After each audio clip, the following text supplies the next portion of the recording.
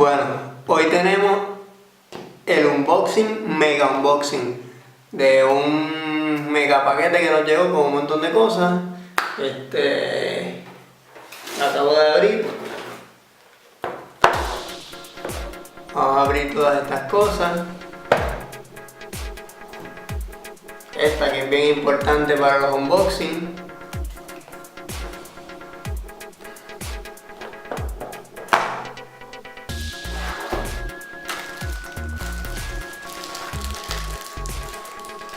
Aquí un cover para el iPhone SE.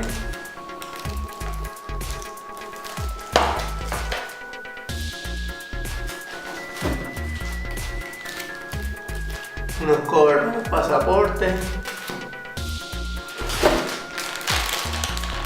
Cables USB to Lightning Connector. Aquí hay 3 cables, uno de 3 pies, uno de 6 pies y uno de 10 pies para el iPhone.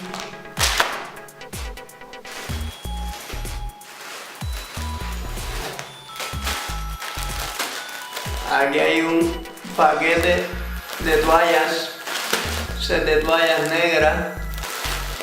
Trae grandes, medianas y chiquitas. Es bien grande.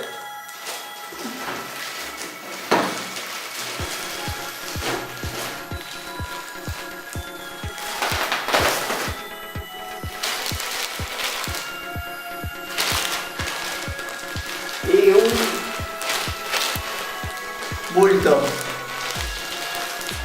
bulto anti-tip que compré, backpack.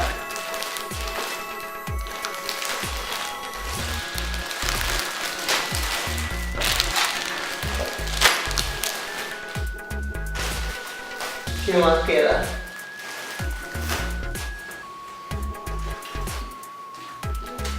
Unos cables, cordones para amarrar los espejuelos para que no se caigan.